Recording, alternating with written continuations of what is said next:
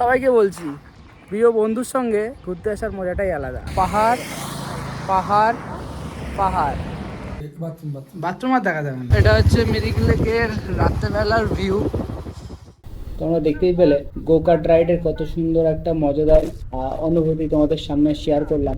তো ওখান থেকে বেরিয়ে আমরা সোজা পাহাড়ের উদ্দেশ্যে যাওয়ার পথে রওনা দিলাম।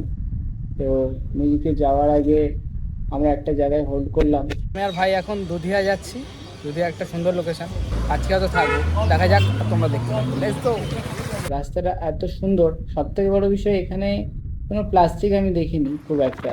রাস্তাগুলো এত সুন্দর পরিষ্কার পরিচ্ছন্ন, এরকম যদি পুরো ভারতবর্ষ থাকতো তাহলে আরো হয়তো সুন্দর। যাই হোক, ওখান থেকে বেরিয়ে আমরা দুধিয়ার রাস্তা ছিলাম। দুধিয়া একটা সুন্দর জায়গা, সেখানে এসে আমরা কিছুক্ষণ টাইম স্পেন্ড করছিলাম। তো তোমরা এখানকার ভিউটা দেখো আর কেমন লাগছে একটু জানাও। তো এট লাস্ট আমরা চলে এসেছি দুধিয়াতে। দেখো দুধিয়ার সৌন্দর্য সবাইকে দেখাচ্ছি। এই হচ্ছে দুধিয়া, যেটা কতগুলো পাহাড়ের মাঝখানে, যেখানে দেখছো পাহাড় পাহাড় পাহাড়। তো সবার ভালো লাগলে অবশ্যই কমেন্ট করো এবং বলো কেমন। এখানে স্টে করবো কিনা এখনও ফিক্স না, কারণ আমি চাইছিলাম আর একটু অফবিট প্লেস, এখানে প্রচুর লোকালিটি। তো দেখা যাক এখন কি করি। আমার যে বন্ধুটা আছে সচিন, ওকে বলেছি, ও বলছে আসছে কিছুক্ষণ পরে, অফিসে একটা কাজ করছে। তো এখন এখানটা একটু ছবি টবি তুলবো, তারপর এখান থেকে আমরা বেরোবো। এই রাস্তাটা বাইক চালিয়ে এত সুন্দর লাগছে কি বলবো। সত্যি কথা বলতে বাইক নিয়ে যদি না আসতাম তাহলে বুঝতেই পারতাম না যে কেমন লাগছে।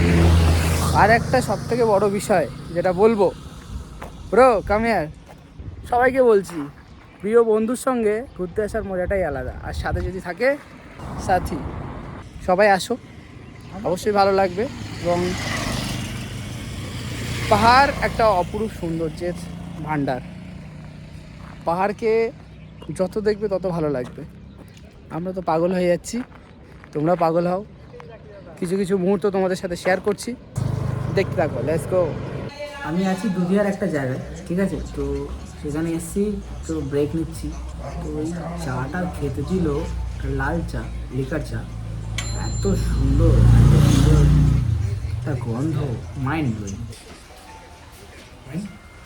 মিরিক যাওয়ার আগে আমরা আশপাশটা একটু ঘুরছিলাম। তো ঘুরতে ঘুরতে একটা সুন্দর জায়গা আমরা এক্সপ্লোর করে পেলাম। সেই জায়গাটায় গিয়ে দেখি খুব সুন্দর সুন্দর হোমস্টে করা, আর পাশে একটা পাহাড়ি নদী। যাই হোক, ওখানে আর বেশিক্ষণ সময় না নষ্ট করে আমরা ওখান থেকে বেরিয়ে পড়লাম, কারণ অনেকটা সময় কেটে গিয়েছিল, প্রায় 5টা 5:30 এরকম বাজছিল, অন্ধকার হয়ে আসছিল। এবার ঠান্ডা লাগছে। তো ঠান্ডা লাগছে বলে আমি বললাম যে ভাই বাইকটা হোল্ড কর। হোল্ড করে দাঁড় করার পরে আমরা দুজন আমাদের সোয়েটার বা জ্যাকেট যেটা ছিল সেটা করলাম। আমরা ওখান থেকে বেরিয়ে সোজা মিরিকের একটি হোটেলে আমরা চলে এসেছি। এই আমাদের রুম মিরিকের, এই রুমে আমরা থাকবো। এখানে সুন্দর আয়না আছে। আমরা এই রুমে আছি মিরিকের, একদম মিরিক লেকের পাশে। আমরা এবার বেরোবো, কিছু খাবো, দেন কালকে সকালে আবার যাও। লেটস গো ম্যান, চলো। বাথরুম আর দেখা যাবে না, সবাই জানে বাথরুম ভালোই হয়। এটা হচ্ছে মিরিক লেকের রাত্রেবেলার ভিউ।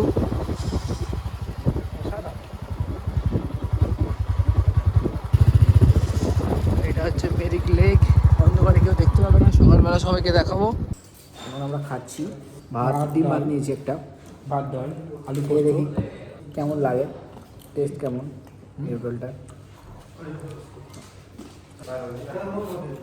একটা স্যালাড দিয়েছে, ডাল ভাত, পাঁপড়, একটা ফুলকপির তরকারি, আলু পোস্ত।